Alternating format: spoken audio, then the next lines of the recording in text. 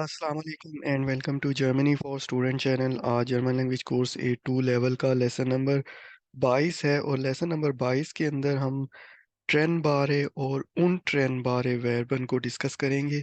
German language में कुछ verbs ऐसे होते हैं जिनको हम तोड़ सकते हैं, उनको हम कहते हैं ट्रेन बारे वर्बन, और ऐसे वर्ब जिनको हम तोड़ नहीं सकते उनको हम कहते हैं उन ट्रेन बारे वर्बन। A1 लेवल के अंदर भी हमने कुछ ऐसे वर्ब्स देखे थे।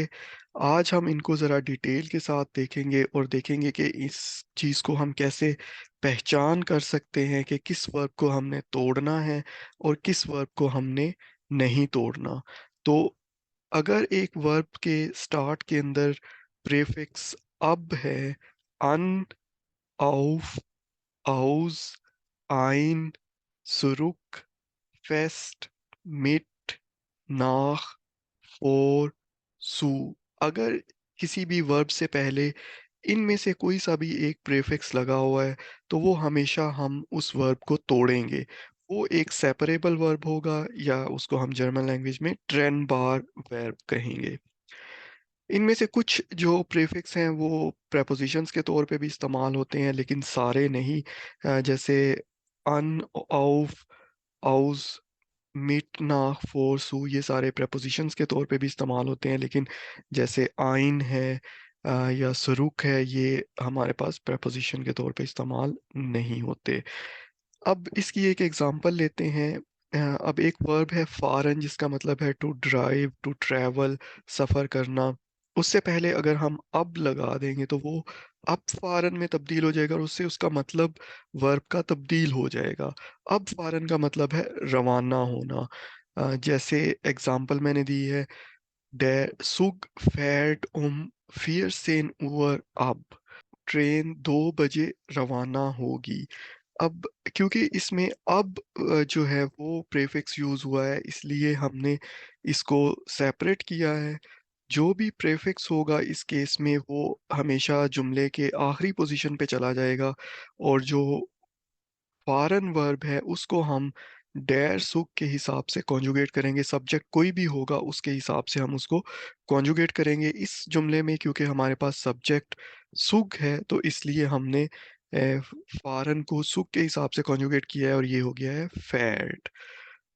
अगली एग्जांपल देखते हैं, अनकॉमन। कॉमन एक वर्ब है जिसका मतलब है आना, और अनकॉमन टू अराइव। आमद किसी चीज़ की, जैसे ट्रेन की आमद, या गाड़ी की आमद, या किसी पर बंदे की आमद।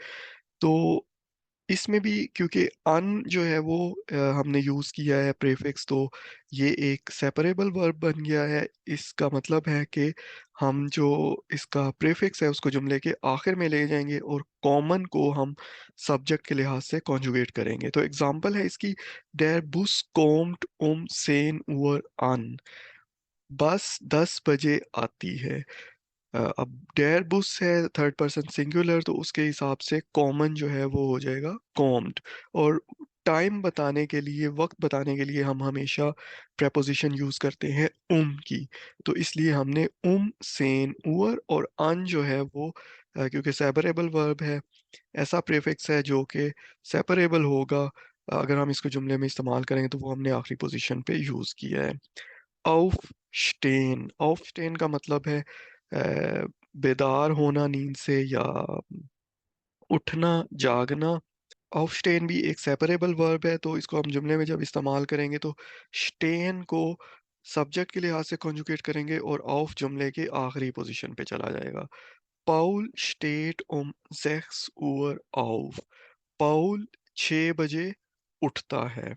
आउसशाल्टन का मतलब है किसी चीज़ को बंद करना, किसी चीज़ को स्विच ऑफ करना। कोई भी इलेक्ट्रॉनिक डिवाइस है, टीवी है, कंप्यूटर है, अ, या कोई और इलेक्ट्रॉनिक डिवाइस है, उसको हम अगर बंद करना या स्विच ऑफ करने के कहना चाहें तो उसके लिए हम जर्मन में आउसशाल्टन का वर्ब यूज़ करते हैं।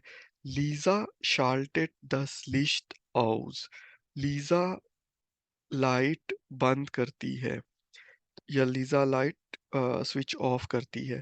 तो इसमें भी शाल्टन जो है उसको हमने लीज़ा के हिसाब से कॉन्जुगेट करके सेंटेंस की दूसरी पोजीशन पे रखा है, और आउस जो है वो इसका सेपरेबल पार्ट है, प्रीफिक्स है, वो हम सेंटेंस की आखिरी पोजीशन पे चला जाएगा। आइनलाडन, आइनलाडन का मतलब है इनवाइट करना, किसी को दावत देना। Er lädt uns zu seiner Feier ein, वो हमें अपनी सेलिब्रेशन पे इनवाइट करता है। अब लाडन को जब हम एर के हिसाब से कॉन्जुगेट करेंगे तो वो हो जाएगा लैड। उन्स मतलब हमें, सू जाइनर फायर। अब सू एक डाटिव preposition है, तो इसके लिए जब हम फायर को देखें तो फायर एक फेमिनिन नाउन है, इसलिए हम जो जाइन की एंडिंग है वो डाटिव केस से करेंगे, क्योंकि सू डाटिव preposition है और फायर एक फेमिनिन नाउन है। तो जो जाइन जो कि एक पोजेसिव प्रोनाउन है, उसकी एंडिंग हम करते वक्त ई आर एंड में लगाएंगे, और आइन इसका प्रीफिक्स है जो कि जुमले की आखिरी पोजीशन पे चला जाएगा। सुरुक फागन, ट्रैवल बैक या वापस सफ़र करना, उसके लिए जुमला है या एग्जाम्पल है, Wir fahren nach Berlin zurück, हम बर्लिन की तरफ वापस सफ़र करते हैं। अब फारन इस जुमले में फारन इसलिए रहा है क्योंकि वियर सब्जेक्ट है, और अगर सब्जेक्ट वियर हो तो फारन की कॉन्जुगेशन है वो फारन ही रहेगी। नाख बर्लिन, बर्लिन क्योंकि एक शहर है, इसलिए टू बर्लिन को जब हम या बर्लिन की तरफ कहेंगे तो हम नाख प्रेपोजिशन यूज़ करेंगे, और सुरुक जो है वो प्रीफिक्स जुमले की आखिरी पोजीशन पे चला जाएगा। अब नेक्स्ट स्लाइड में हम मज़ीद जो प्रीफिक्स थे उनके बारे में भी एक-एक एग्ज़ाम्पल देखते हैं। फेस्ट एक जर्मन प्रीफिक्स है। अगर ये किसी वर्ब से पहले आएगा एज़ अ प्रीफिक्स, तो उसको भी हम सेपरेबल वर्ब होगा, और सेपरेबल वर्ब में प्रीफिक्स जुमले की आखिरी पोजीशन पे चला जाएगा। फेस्टस्टेलन का मतलब है कुछ रिकग्नाइज करना या कुछ आपने नोटिस किया है, तो उसको आप फेस्टस्टेलन वर्ब के साथ यूज कर सकते हैं। Der Arzt stellt eine Entzündung fest। Doctor एंटसुंडुंग कहते हैं सूजन को। तो डॉक्टर ने एग्जामिन किया है और उसने नोटिस किया है कि सूजन हुई हुई है, इसलिए हमने एंटसुंडुंग यूज़ किया, और फेस्ट जो है वो एक प्रीफिक्स है जो कि जुमले की आखिरी पोजीशन पे चला जाएगा। मिट सिंगन, मिलकर गाना गाना। दी किंडर जिंगन दस लीड निश्त मिट, बच्चे मिलकर गाना नहीं गाते। तो जिंगन को किंडर के हिसाब से अगर हम कॉन्जुगेट करें तो ये जिंगन ही रहेगा। और 10 लीड, लीड एक नोएटर नाउन है, इसलिए इसका जो अकुजाटिव में डेफिनेट आर्टिकल है वो होगा 10। और मिट इसमें सेपरेबल वर्ब के लिए प्रीफिक्स है जो कि जुमले की आखिरी पोजीशन पे चला जाएगा। नाख माखन, नाख माखन का मतलब है कॉपी करना या नकल उतारना। Sie macht ihm alles nach, वो उसको हर चीज़ में कॉपी करती है या उसकी का हर चीज़ में नकल उतारती है। तो नाख जो है वो प्रीफिक्स है, उसको हमने जुमले की आखिरी पोजीशन पे यूज़ कर दिया, और माखन जो है उसको हमने जी के हिसाब से कॉन्जुगेट करके जुमले की दूसरी पोजीशन पे रखना है। कॉन्जुगेट करेंगे हम सब्जेक्ट जी के लिहाज से, तो माखन हो जाएगा माख्ड। और ईम इसलिए हमने यूज़ किया है क्योंकि नाख माखन जो है वो एक डाटिव वर्ब है, और डाटिव वर्ब के लिए हम डाटिव का ऑब्जेक्ट लेंगे। उस लड़के के लिए डाटिव का जो ऑब्जेक्ट होता है वो होता है ईम। Vorbereiten, Vorbereiten का मतलब है तैयारी करना। Sie bereitet den ganzen Tag die Party vor, वो सारा दिन पार्टी के लिए तैयारी करती है। अब बेगाइटन जो वर्ब है उसको हम जी के हिसाब से कॉन्जुगेट करके जुमले की दूसरी पोजीशन पे रखेंगे, और प्रीफिक्स है वर्ब का फोर, वो जुमले की आखिरी पोजीशन के ऊपर चला जाएगा। फिर है हमारे पास आखिरी एग्जाम्पल सेपरेबल वर्ब्स की, सूमाखन। सूमाखन का मतलब है बंद करना। इसमें सू जो है वो जुमले की आखिरी पोजीशन पे चला जाएगा और माखन को हम सब्जेक्ट के लिहाज से कॉन्जुगेट करके जुमले की दूसरी पोजीशन पे रखेंगे। पाउल माख दी टूर सू, पाउल दरवाजा बंद करता है। तो पाउल सब्जेक्ट है, उसके लिहाज से माखन माख्त हो जाएगा। डी टूर दरवाजा, टूर जो है वो एक फेमिनिन नाउन है और डेफिनेट आर्टिकल फेमिनिन नाउन के लिए अकुजाटिव केस में डी होगा। अब हम ऐसे प्रीफिक्स को देखते हैं जो अगर वर्ब से पहले इस्तेमाल हो रहे होंगे तो वर्ब जो है वो सेपरेबल नहीं होगा। इसके लिए पहला जो प्रीफिक्स है वो है बे।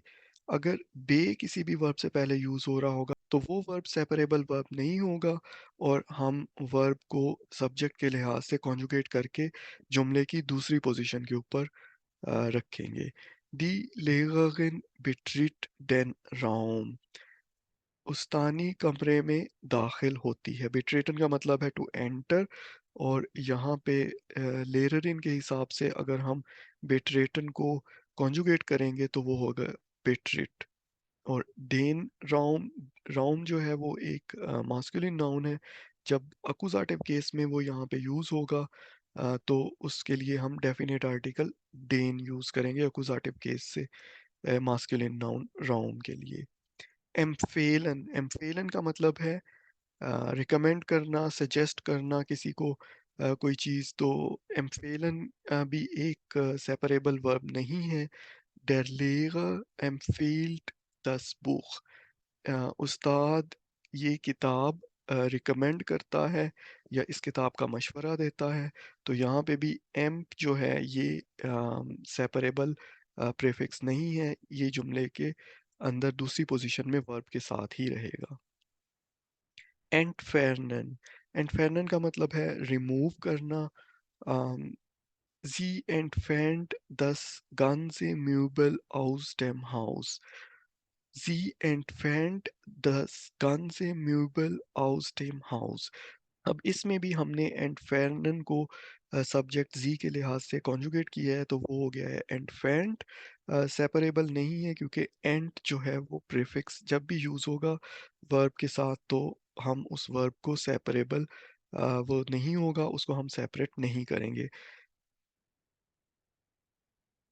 erzählen, der Großvater erzählt eine Geschichte। यहाँ पे er जो है वो एक प्रीफिक्स के तौर पे इस्तेमाल हुआ है erzählen। तो जब भी er as a prefix use होगा किसी वर्ब के साथ तो उसको हम सेपरेट नहीं करेंगे, वो वर्ब के साथ ही रहेगा और जुमले की दूसरी पोजीशन के ऊपर इस्तेमाल होगा। der Großvater erzählt eine Geschichte, ग्रोसफादर का मतलब है ग्रैंडफादर और एरसेलन को जब हम डेर ग्रोसफादर के हिसाब से कॉन्जुगेट करें तो होगा एरसेल्ड। उसके बाद है हमारे पास कुछ और वर्ब जिनके अंदर प्रीफिक्स यूज होते हैं, जैसे एक प्रीफिक्स जी ई है और ये प्रीफिक्स जब भी किसी वर्ब के साथ यूज होगा तो भी वो वर्ब सेपरेबल नहीं होगा। गेहोगन जैसे एक वर्ब है जिसका मतलब है मलकियत होना या किसी चीज़ का कोई चीज़ किसी को बिलोंग करती है तो हम उसके लिए गेहोगन का वर्ब यूज़ करते हैं और ये एक डाटिव वर्ब है। इसका मतलब है कि इसका जो भी ऑब्जेक्ट होगा वो डाटिव से लेंगे। एग्जाम्पल है दस हाउस गेहोल्ट ईयर, घर उस लड़की को बिलोंग करता है या उस लड़की की मलकियत है। अब 10 हाउस के हिसाब से गेहोगन को कॉन्जुगेट किया, वो हो गया गेहोल्ट। और ईयर इसलिए हमने यूज किया है क्योंकि ये वर्ब एक डाटिव वर्ब हिंटरलासन। जी hinterlässt mir eine Nachricht, हिंटरलासन भी एक डाटिव वर्ब है और हिंटर जब भी किसी वर्ब से पहले यूज होगा एज अ प्रीफिक्स तो वो सेपरेबल नहीं होगा, इसलिए इसको हम तोड़ेंगे नहीं, इसको वर्ब के साथ ही रखेंगे और सब्जेक्ट के लिहाज से कॉन्जुगेट करके सेंटेंस की दूसरी पोजीशन पे रखेंगे। जी hinterlässt mir, मियर इसलिए यूज हुआ है क्योंकि ये वर्ब जो है वो डाटिव है और इसके लिए जो डाटिव का पर्सनल प्रोनाउन है इश के लिए वो यूज़ करेंगे। वो मेरे लिए एक मैसेज छोड़ती है, तो मेरे लिए जो है उसको हम डाटिव में लेंगे। Eine Nachricht एक मैसेज। मिसआख्टन का मतलब है इग्नोर करना, निग्लेक्ट करना। Der Busfahrer missachtet ein Stoppschild। Bus driver एक स्टॉप साइन को इग्नोर करता है या उसको निग्लेक्ट करता है। इसी तरह मिस जो है ये भी एक ऐसा प्रीफिक्स है, जब ये किसी वर्ब के साथ यूज होगा तो हम उसको सेपरेट नहीं करेंगे। verkaufen, फेयर जो है ये भी एक ऐसा प्रीफिक्स है, जब हम इसको यूज करेंगे तो इसको हम कॉन्जुगेट करेंगे सब्जेक्ट के लिहाज से, और इसको हम सेपरेट नहीं करेंगे। इश verkaufe meinen neuen Wagen। मैं अपनी नई गाड़ी बेचता हूँ। अब वागन जो है वो मास्कुलिन नाउन है, और यहाँ पे हमने माइनन नोयन इसलिए यूज़ किया है क्योंकि ये अकुजाटिव केस में वागन आ रहा है। और इसके लिए जब हम पोजेसिव प्रोनाउन यूज़ करेंगे तो अकुजाटिव की एंडिंग यूज़ करेंगे मास्कुलिन नाउन के लिए, और इसी तरह एडजेक्टिव जो नोए है उसकी भी एंडिंग हम मास्कुलिन नाउन के लिए लेंगे अकुजाटिव से। सेराइसन, सेराइसन का मतलब है फाड़ना। er zerreißt den Brief, वो हाथ फाड़ता है।